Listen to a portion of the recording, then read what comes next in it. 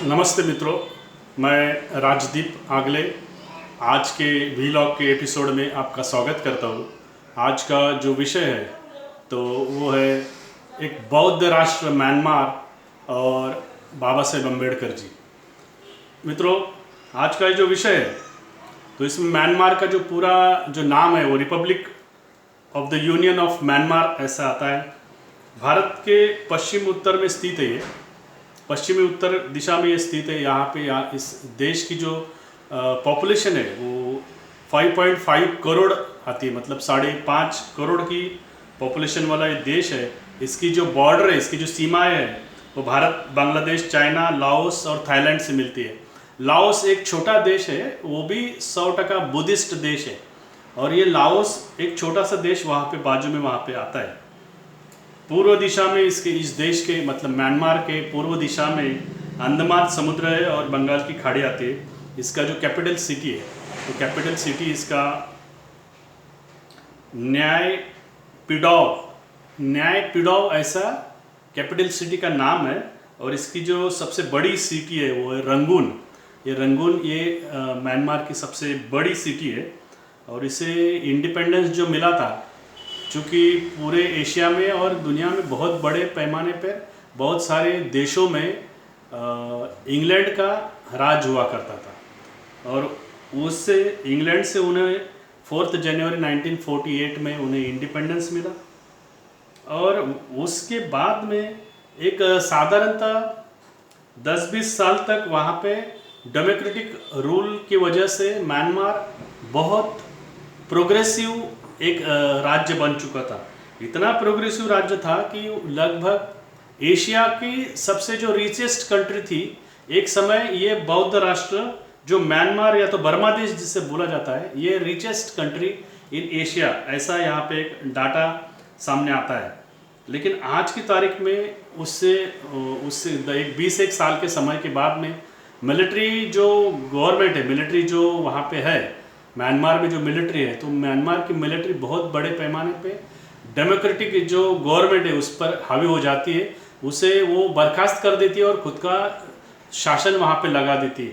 और ऐसा संघर्ष वहाँ पे उस साधारणतः 1950 के बाद में 20 साल तक वहाँ पे डेमोक्रेटिक रूल रहा। उसके बाद में ये वैसे ही समय ऐसा एक अराजकता का माहौल वहाँ पे बहुत बड़े पैमाने पे हो चुका है।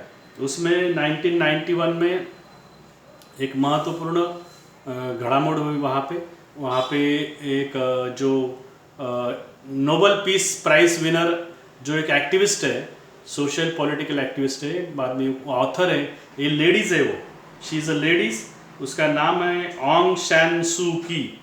उसकी political party national league for democracy करके, और वो वहाँ पे बहुत बड़ा संघर्ष वो मिलिट्री के खिलाफ वो कर रही है वहाँ पे, यहाँ पे डेमोक्रेसी लागू हो, ऐसा लोकतंत्र बहाल हो। इस कारण वहाँ पे वो संघर्ष किया जा रहा है। चूँकि बाबा साहेब अम्बेडकर जी ऑल वर्ल्ड के सभी दुनिया के बौद्ध राष्ट्रों का एक नेटवर्किंग करके यूनिफिकेशन करना चाहते थे, और उस कारण ये जो बौद्ध राष्ट्र है, अलग अलग जगह पे जो बौद्ध राष्ट्र है, उनमें बाबा साहेब अम्बेडकर जी हमेशा जब भी चांस मिले तब दौरे वहाँ पे उनके आयोजित करते थे और खुद वहाँ पे जाते थे। इसी प्रकार का उन्हें ये जो म्यांमार है, म्यांमार में उनके लगभग 5 तो डॉक्यूमेंट्स में मिलते हैं, और भी 2 एक साधारण ऐसे 7 वो दौरे उनके वहाँ पे हो चुके हैं। ऐसा एक जो रिसर्च किया है उसमें वो सब बात ध्यान में आ रही है। अभी म्यांमार में बाबा साहेब अम्बेडकर जी की जो रुचि है वो इस कारण थी कि वहाँ पे वो एक बौद्ध राष्ट्र था। दूसरी बात जो है वहाँ पे तो शेड्यूल कास्ट कैटेगरी के जो बिफोर इंडिपेंडेंस और at the time of independence of India, जो साउथ इंडिया के और आंध्र प्रदेश के बहुत बड़े पैमाने पे वहाँ पे जो लोग थे वो माइग्रेट करके म्यांमार में गए थे, और म्यांमार में उन्होंने वहाँ पे बहुत बड़े बड़े बिजनेस खड़े किए थे।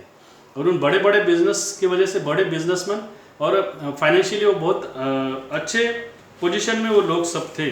तो बाबा साहेब अम्बेडकर जी का वहाँ पे ऐसा आप हम लोग कह सकते हैं कि all India schedule caste federation की वहाँ पे एक इंटरनेशनल ब्रांच थी म्यांमार में, बर्मा देश में, और उसके लिए भी बाबा साहेब अम्बेडकर जी वहाँ पे जाते थे।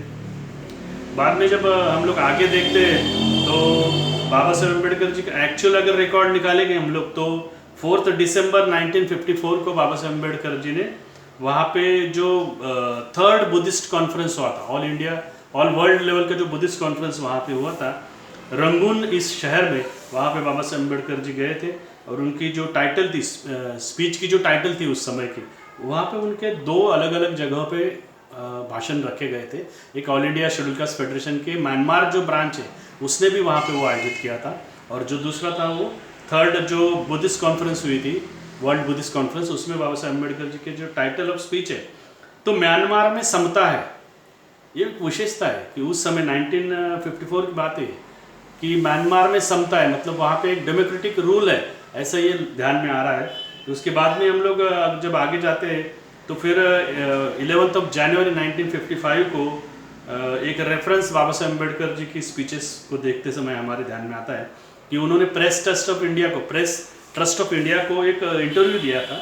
उस इंटरव्यू में भी वो ऐसे बताते हैं कि जो वर्ल्ड बुद्धिस्ट कॉन्फ्रेंस है और जो बुद्ध शासन काउंसिल है, ये बुद्ध शासन काउंसिल जो है ये म्यांमार का काउंसिल था, और ये जो काउंसिल है ये दोनों जो संस्थाएं हैं world Buddhist conference, world Buddhist mission और बुद्ध शासन काउंसिल, ये मैं जो एजुकेशनल कैंपस खड़ा करने जा रहा हूँ औरंगाबाद, फिर पटना, बिहार का पटना भी है, और फिर मुंबई है, छत्रपति शिवाजी टर्मिनस के पास में वहाँ पे वो सिद्धार्थ कॉलेज है, ये जो, और बाद में जो मिलन महाविद्यालय है औरंगाबाद का, और इतर जगह भी जो भी कुछ है, तो उसमें वो फाइनेंशियली असिस्टेंस वहाँ पे उनको मिलने वाला था, ऐसे बाबा साहेब अम्बेडकर प्रेस ट्रस्ट को बताते हैं।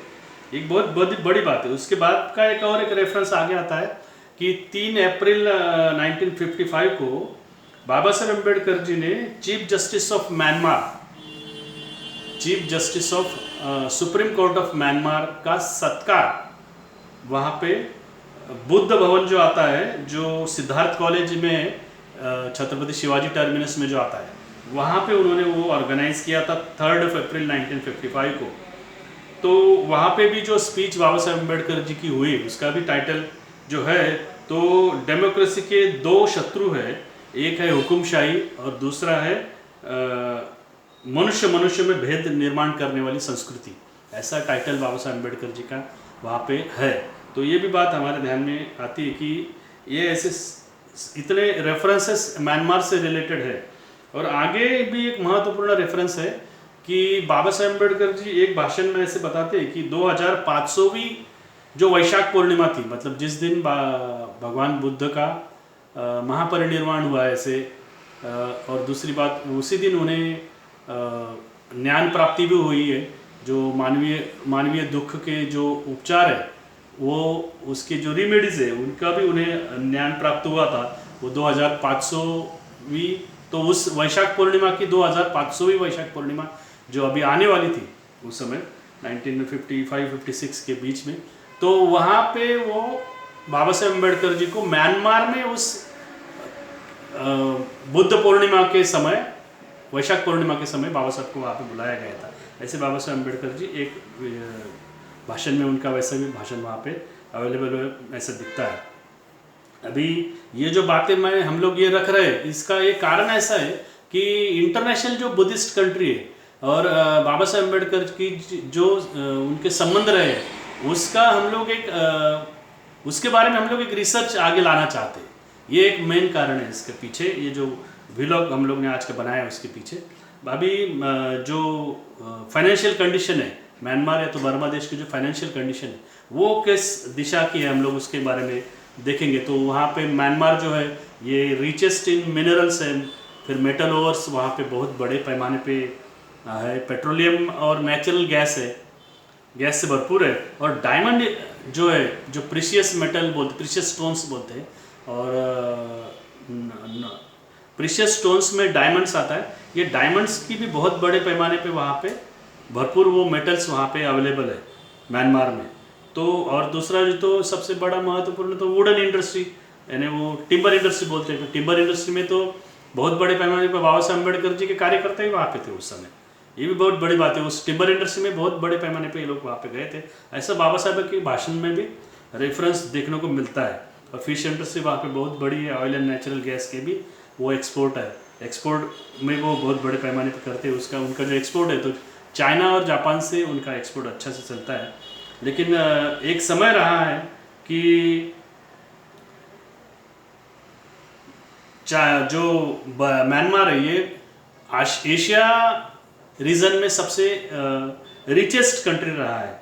लेकिन जब से ये ऐसे 1960-70 से के बाद में जैसे ही जो मिलिट्री रेजिम है, मिलिट्री रूल्स है, मिलिट्री रूलर्स ने जब से ओवरटेक किया डेमोक्रेटिक रूलर्स को, तब से वहाँ पे बहुत बड़े पैमाने पे बैन कर दिया गया बहुत सारी बातों को। और आज की तारीख में वो जो देश है जो 100% बुद्धिस्ट कंट्री है, वो पोरेस्ट कंट्री एशिया में हो रहा है।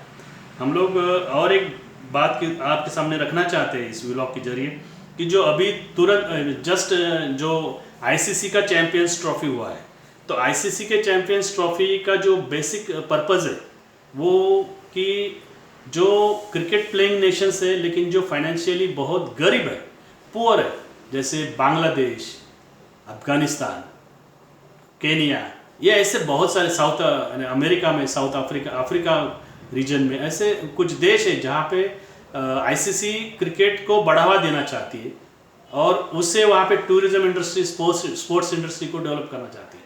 तो हम लोग इस दिशा में भी, इस व्लॉग के जरिए इस दिशा में भी आप सबका आकर्षण खींचना चाहते हैं कि म्यांमार भी एक ऐसा देश है जो 100% बुद्धिस्ट कंट्री है, 5.5 करोड़ की पॉपुलेशन है। वहाँ पे भी आईसीसी ने इस दिशा में सोचना चाहिए कि भाई वहाँ पे क्रिकेट प्लेइंग एनवायरनमेंट और उसके लिए जो ग्राउंड लेवल पे जो काम होता है, उसके लिए जो फाइनेंशियल असिस्टेंस लगता है, इन सब को प्रोवाइड करने की भी आईसीसी ने पहल करनी चाहिए। ऐसा हमारा आज इस वीडियो के द्वारा हम लोग ऐसे सोच रहे हैं। तो हम इसके साथ ही हम लोग यहाँ पर रुकते हैं। आपको हमारा ये आज का व्लॉग कैसा लगा ये हमें कमेंट करके और इस वीडियो को शेयर करके ज़्यादा से ज़्यादा लाइक करके हमें बताइए। दूसरी बात, इससे ज़्यादा से ज़्यादा सब्सक्रिप्शन इसमें होना चाहिए। एक ठराविक 6 महीने का कार्यकाल हमें बताया जा रहा है कि हमने 6 महीने में इसको ज़्यादा सब्सक्रिप्शन हुए तो जाके ये चैनल और ये जो इन्फॉर्मेशन है जो अभी तक कभी कहीं पे दी नहीं गई है, ये इन्फॉर्मेशन बहुत बड़े पैमाने पे हम लोग और आप लोग मिल के इसे बहुत बड़े पैमाने पे आगे बढ़ा सकते हैं। तो धन्यवाद, आभार।